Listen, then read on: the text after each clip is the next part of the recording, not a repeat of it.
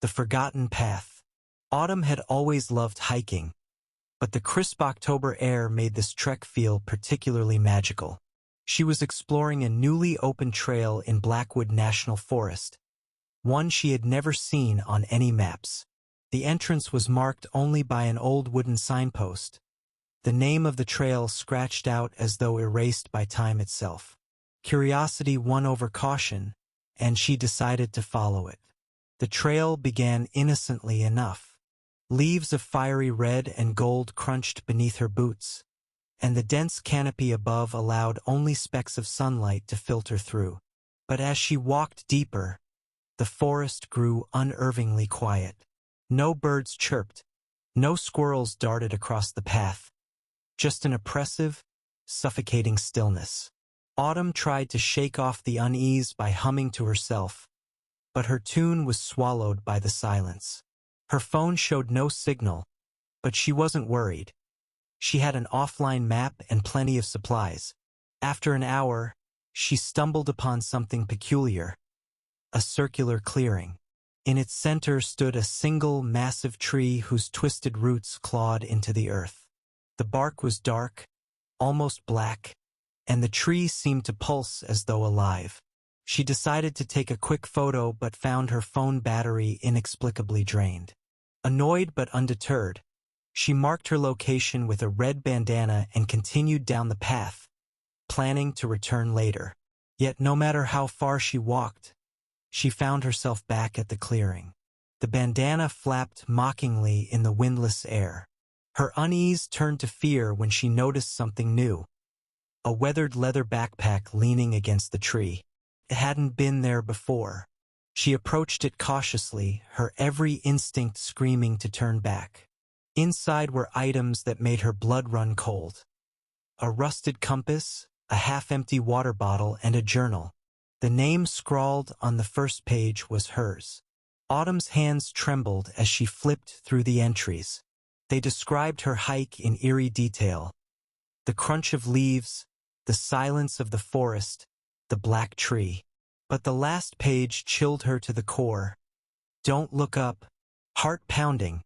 She glanced at the tree's gnarled branches. Something moved.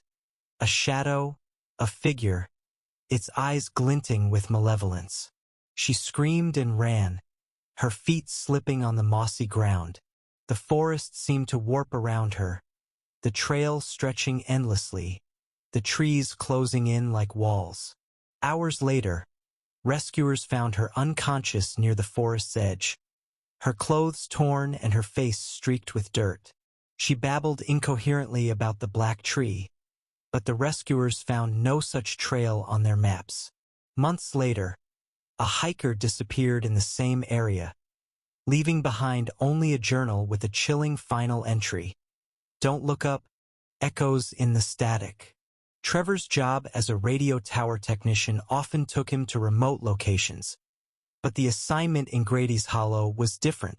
The small town was infamous for its eerie reputation, a place where locals whispered about strange occurrences they refused to explain. Still, Trevor prided himself on being a skeptic. Ghost stories didn't pay the bills, after all. The tower was situated on a desolate hill, surrounded by acres of farmland and thick fog that seemed to roll in unnaturally. Trevor spent the day repairing cables, testing frequencies, and double-checking the tower's aging equipment. Everything seemed routine until he tuned into the test frequency. Instead of static, a faint voice broke through. "Help me," it pleaded, distorted and barely audible. Trevor froze, convinced it was just interference. He adjusted the dials, hoping to clear the signal, but the voice grew louder. "Don't leave me here." It was a child's voice, fragile and terrified. He muttered to himself, "This is just feedback. Probably someone messing around with a transmitter nearby." But there was no one for miles. Shaking his head, he shut off the radio and packed his tools. Yet, as he descended the tower, the voice returned, this time emanating from the handheld radio strapped to his belt. "Trevor, please." He stopped dead in his tracks. He knew his name, The sun was dipping below the horizon as he reached his truck. The fog thickened, curling around him like fingers. Every instinct screamed at him to leave, but his curiosity got the better of him. He flipped the radio back on. "Who is this?" he demanded, trying to mask his fear. The voice trembled, broken by static. "I'm cold. I'm still here. Don't you remember?" Trevor's mind raced. He didn't recognize the voice, but it felt disturbingly familiar, as if plucked from a memory he couldn't quite place. Against his better judgment, he asked, "Where are you?" A burst of static was followed by a chilling response. "Behind you." He spun around, his flashlight slicing through the fog. There was nothing there, just the empty expanse of the hill. But then he noticed something strange. His footprints, leading from the tower, weren't the only ones in the damp grass. Smaller prints, like those of a child, trailed alongside his. They ended abruptly, just feet away from where he stood. Panicking, Trevor jumped into his truck and sped down the dirt road. The radio crackled again, but he ripped it from the dashboard and threw it onto the passenger seat. He didn't stop until he reached the nearest gas station. The attendant, an elderly man with a knowing look, noticed Trevor's pale face. "You saw it, didn't you?" the man asked. "Saw what?" Trevor snapped, too shaken to play along. "The boy," the attendant replied gravely. "The one who went missing years ago. They say he got trapped up at the tower somehow." His voice, it lingers in the static. Trevor didn't respond. He simply drove away, leaving the radio and his nerves behind. But the next morning, as he unpacked his gear, his blood ran cold. His handheld radio, the one he had left in the truck, was back in his toolbox. It was on, and a voice, faint but unmistakable, whispered, "You can't leave me." The forgotten carnival. Lila's family had a strange tradition. Every autumn, they'd take a road trip to nowhere, letting chance dictate their destination.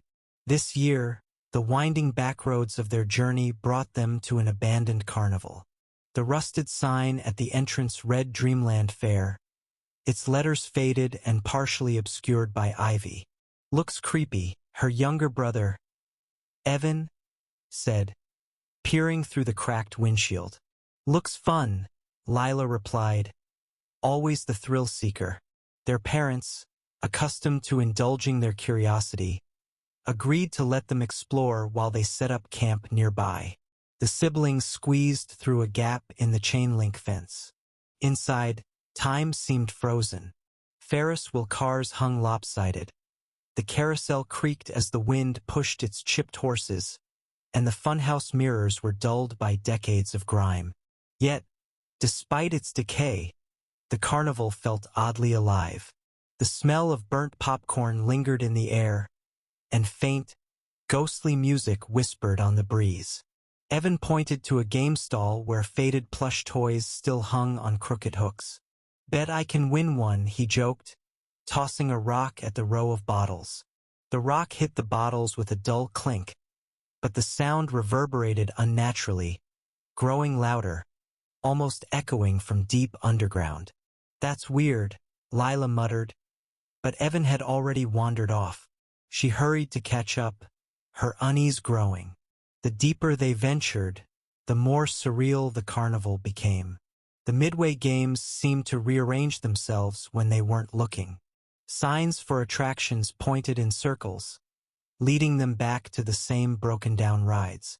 Yet, the most unsettling thing was the laughter, soft, high-pitched giggles that seemed to come from nowhere and everywhere at once. "Who's there?" Lila called out, her voice trembling.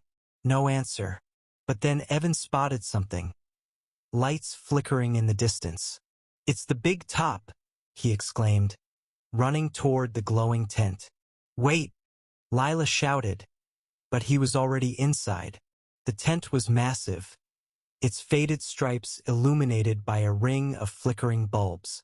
Inside, rows of dusty seats encircled a central ring.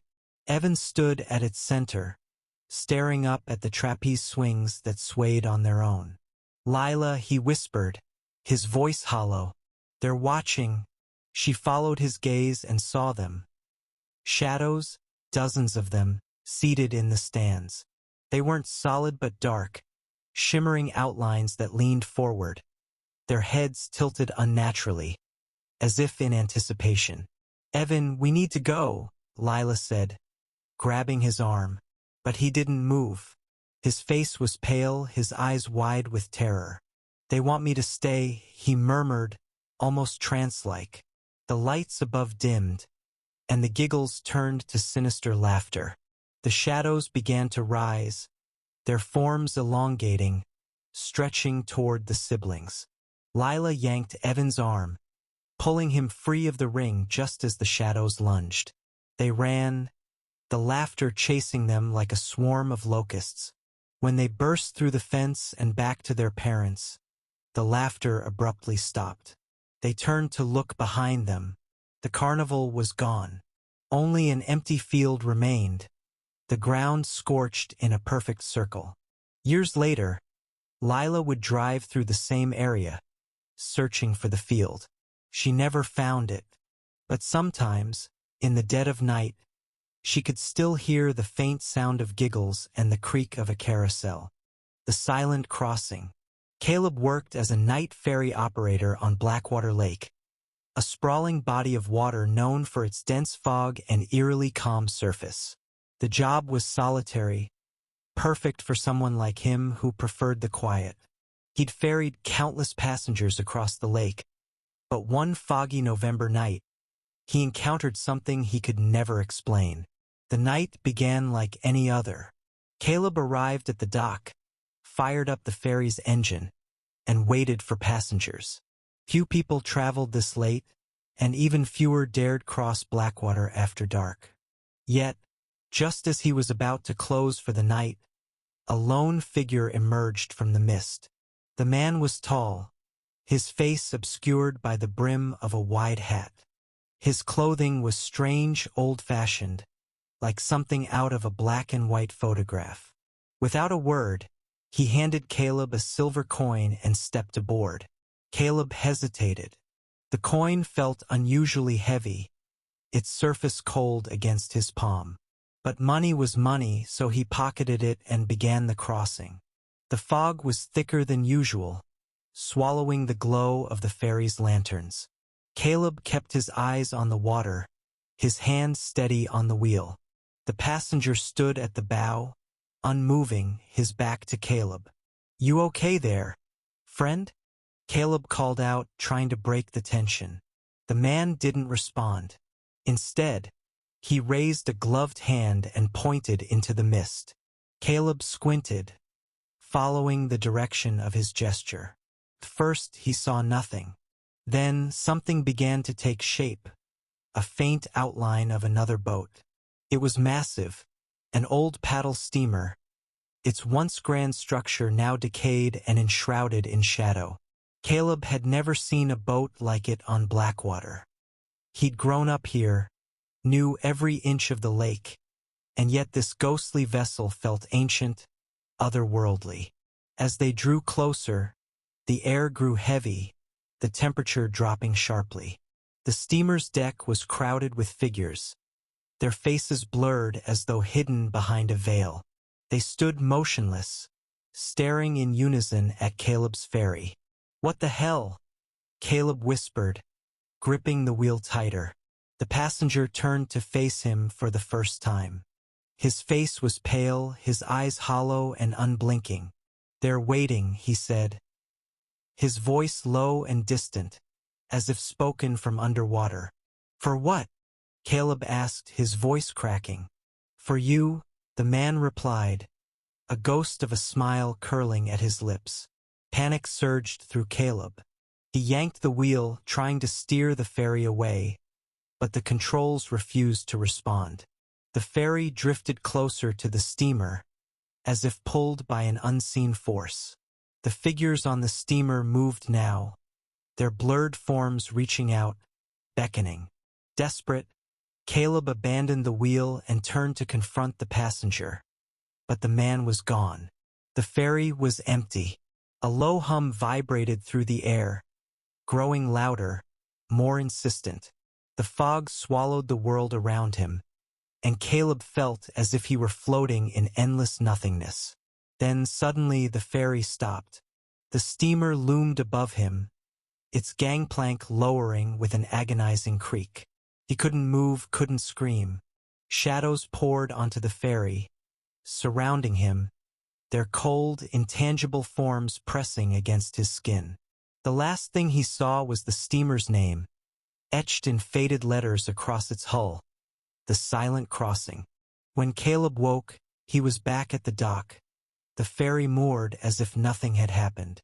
The silver coin was gone, replaced by a weathered boarding pass in his pocket.